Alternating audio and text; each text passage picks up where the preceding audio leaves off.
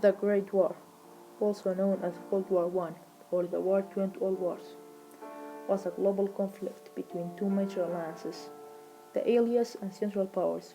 The war lasted for 52 months, from 1914 to 1918, and sadly, countries were destroyed, and around 16 million people died. So, what caused the war? There were short term causes and long term causes. The short term cause was the assassination of the Austro Hungarian heir to the throne, Archduke Franz Ferdinand, on the 28th June in 1914. He and his wife were on a state visit to the town of Sarajevo in Bosnia. Huge crowds lined the street as the Archduke was driven into town.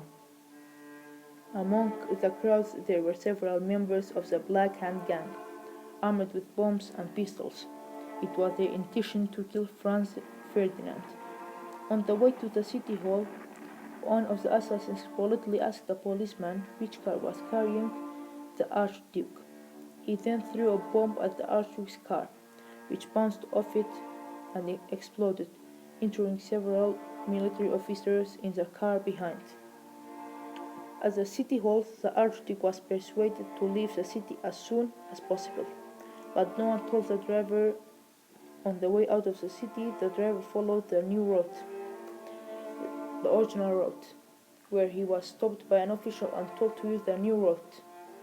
Unfortunately, the car stopped right beside one of the assassins, Gavrilo Princip, who stepped forward and fired twice, killing both Franz Ferdinand and his wife. Gavrilo Princip was one of the Black Hand Gang assassins, who was prepared to kill to achieve his aims. And the long-term causes. And the long-term causes was militarism. In 1890s, Europeans started to build aims and strong militaries, for example, Britain or Germany. And then there was alliances. Alliances was when two countries or more countries joined each other to fight against another country. For example, France, Britain and Russia against Germany, Austro-Hungarian and Ottoman Empire. Then there was imperialism. Imperialism was when a country would conquer more lands or more countries, and with more lands it would have more power. For example, Britain had Canada, Australia and India. And then the final one was nationalism. It was when peoples wanted to prove or show that their country is the best and the strongest. So why did people join the war? Some were made to feel guilty by propaganda posters issued by the government. Some were nationalists and joined voluntarily to protect their country and try to prove their country is the best. Some were forced by the conscription acts, and some were seeking adventure and glory for themselves, and some of them even thought that it will end by Christmas.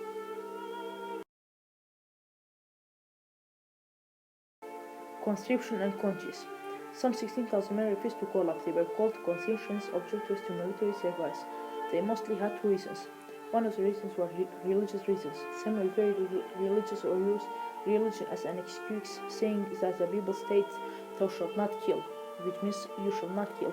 The other reason was political reasons. Some refused to shoot down their working class man brothers, as they thought every working man from every nation is their brother. The ones who refused to join the war faced a special court called military tribunal. Absolutists refused to have anything to do with the war. If their reason was convincing, they would be given jobs such as sledge-bearer and ambulance drivers. Others were forced into hard labor or imprisoned.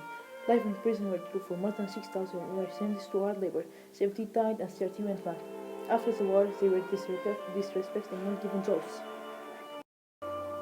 So what was it like in the trenches? The trenches made the war so static.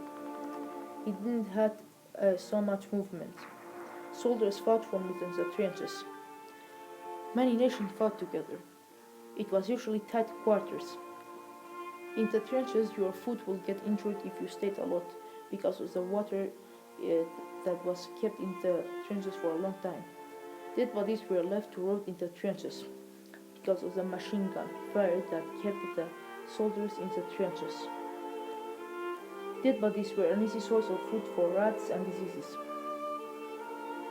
Soldiers of all nations hunted the rats. Sometimes rations were short, and meat was added to their diet. Christmas 1914, which was known as Christmas truce, German and English soldiers came out of the trenches to play a game of football and exchange gifts. For the next morning, they refused to fight against each other and shoot each other. Weapons of World War I. One of them was machine guns. The maximum machine guns weighed about 100 pounds, which means 45 kilograms, and were water-cooled. They fired up to 60 rounds per minute. Gas. August of 1914, the French were the first to use poisonous gas. They used grenades filled with tear gas. In 1970, the Germans introduced perhaps the most effective one, mustard gas. But mustard gas was not a particularly deadly weapon, but it caused many casualties who would suffer with horrible burn wounds. Gases used was tear gas, more deadly gases which was designed for killing, such as chlorine and phosphine. Aircraft. In the beginning, planes were unarmed and used only for reconnaissance. Personal weapons were added to planes later. From there, for the machine gun was finally fixed to this aircraft to create a fighter aeroplane. Tanks. First appeared at the Battle of Flares Force Lake in September 1916. They were slow and couldn't exceed 4 miles an hour. Tanks played an important role as they increased mobility on the Western Front and eventually broke the stalemate of trench warfare, the barbed wires. The Zeppelins. The first Zeppelin airship was designed by Ferdinand Graf von Zeppelin, a retired German army officer. The craft attained speeds approaching 32 kilometers per hour. There were 51 Zeppelins raised between 1915 and 1916. Their main target was London.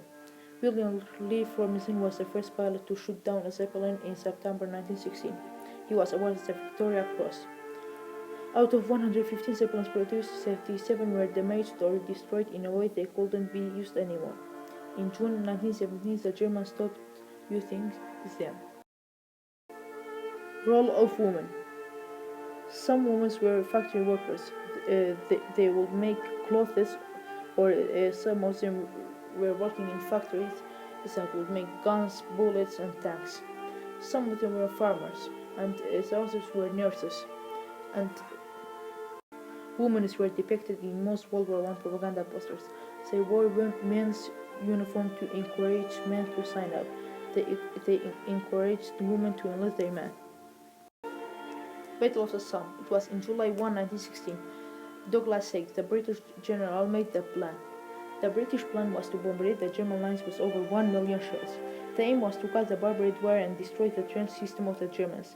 The British could then walk across no man's land and take the German trenches. But what actually happened was the British had 57,000 casualties only on the first day, which 19,000 of them died.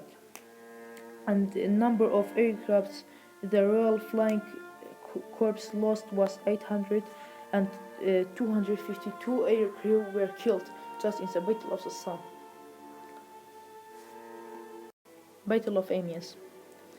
The British and French planned together, but this time different from Haig's plan.